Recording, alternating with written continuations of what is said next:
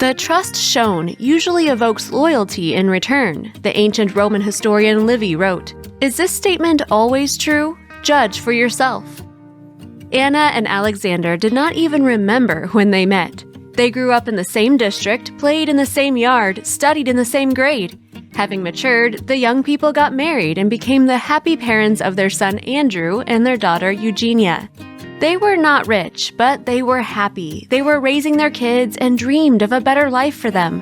On weekends, the family liked to have fun together. Outings, walks in the park, going to the cinema and theater. Their family and their kids were the most important and the dearest things the parents had. Of course, such an idyll could not last forever. The children quickly grew up and left their parents' house, moved to different cities, and started their own independent lives. The mother and father were left alone in a large, once noisy house. Of course, the children still talked to their parents, but mostly by phone, and they came quite rarely, no more than 2 or 3 times a year. Anna, who had lived all her life for the sake of her loved ones, was very sad and did not know what to do with herself. Every morning, she looked for new things to do in order not to be sad. One morning, Anna decided to start cleaning. She started putting the magazines on her husband's table in order to wipe dust from the table. "Honey, you've dusted this table 3 times, the man smiled from under his glasses. With a sad look, the wife went to the window. "Yes, it's still a very long time before summer," she said with sadness in her voice. "What do you mean?" Alexander did not understand.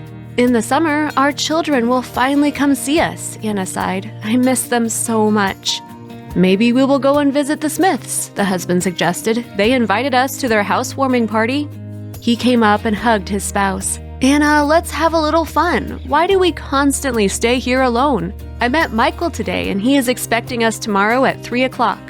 Anna did not argue. She was so sad that she thought that companionship would indeed cheer the couple up a little. The next day, they went to see Michael. He was an old friend of their family. Many guests came to his brand new apartment. Everyone praised the cool furniture, the modern renovations, and the intricate interior design. Their friend's wife, Victoria, was determined and persistent. At one glance at her, it became clear who had the last word in their family affairs. Victoria loved to be in the spotlight. She was always very concerned about what her friends thought. Anna, being economic and energetic, offered the hostess to help her with cooking dinner. After all, it is not at all easy to prepare and set the table for so many guests. "Wonderful, thank you!" Victoria was delighted, and the women began to cook. "Honey, did you know that we visited Italy? It was just amazing," Victoria said happily with a boastful note in her voice. Victoria constantly gave her friend nicknames like darling or honey, as if they had a big age difference.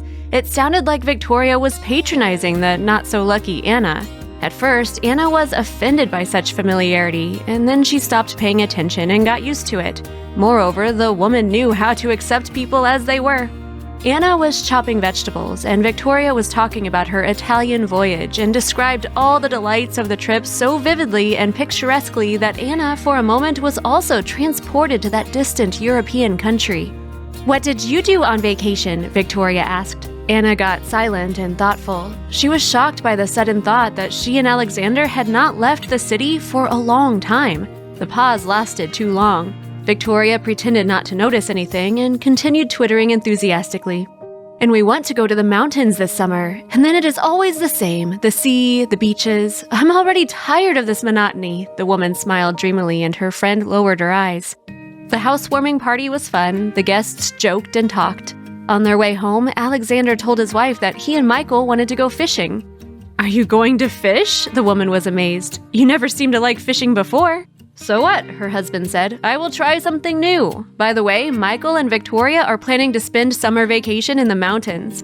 "I've already heard about that," Anna answered. "Victoria, with great pleasure, described to me all the details of mountain tourism, and recently they were in Italy. Can you imagine? They go on vacation 5 times a year," the woman exclaimed, and there were tears in her voice. "Well, not 5, only 2, her husband replied. "Well, of course, only 2, and you and I, not even once. We have not gone anywhere for 1,000 years. Alexander reassured his wife, and they returned home. Neither of them spoke about this topic again. The next morning, Alexander went fishing. He returned late in the evening, but not having caught any fish.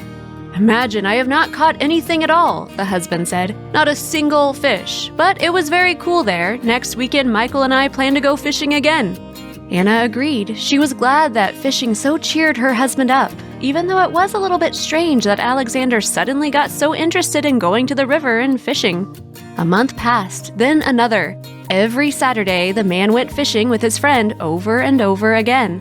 He returned very tired, almost always without catching a fish, except for a couple of large fish sometimes. One morning, Anna started doing the laundry. First, it was necessary to shake everything out of her husband's pockets. This time, there were several coins and folded pieces of paper in his pocket. Unfolding them, the wife came across a receipt from a fish store. Anna noticed the date. It was the very day when Alexander brought a large fish from fishing. It turned out that he did not catch it, but bought it. Anna was confused. At that time, her husband was in the bathroom, from where his cheerful whistling was heard. A terrible suspicion pierced the woman's heart. Is her beloved husband, whom she trusts so much, deceiving and betraying her? The most unpleasant fantasies flew through her mind. She managed to restrain herself and did not say a word to Alexander. The offended wife wanted to follow her husband and see with her own eyes where he went every Saturday. Another weekend came. Alexander went fishing again, and Anna did not do household chores, but instead followed him. She followed the man to the bus stop. Anna was surprised. If the friends wanted to go fishing, they would definitely go by Michael's car. The man soon got on a bus to the city center, and Anna, whose soul was overwhelmed with ever-increasing suspicions, remained alone at the bus stop. She did not get on the bus because there were very few passengers in it, and her husband would certainly have noticed her. Of course, Anna did not want to arrange a showdown in front of other people. She waited for Alexander all day long, getting more and more nervous. The woman's heart was beating faster. In the evening, she finally heard her husband's steps on the threshold. "How was the fishing?" Anna asked, looking straight into her husband's eyes.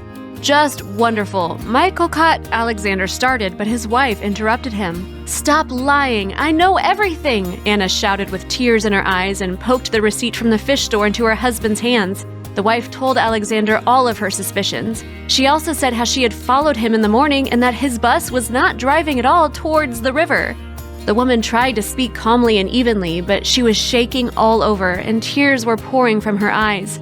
But the husband laughed and hugged his wife. "Anna, I love you very much," he said. The wife shuddered and looked at him. "Well, I confess I have not been fishing," the husband said. "Of course, I should not have kept it a secret from you. I was just preparing a surprise for you. I took a little part-time job in order to buy us tickets to the beach." Much love, obviously, is in trust, joy in each other, and respect for each other. To get rid of your fears, learn to trust. That is all for today. Share this video on social media and like it. Bye!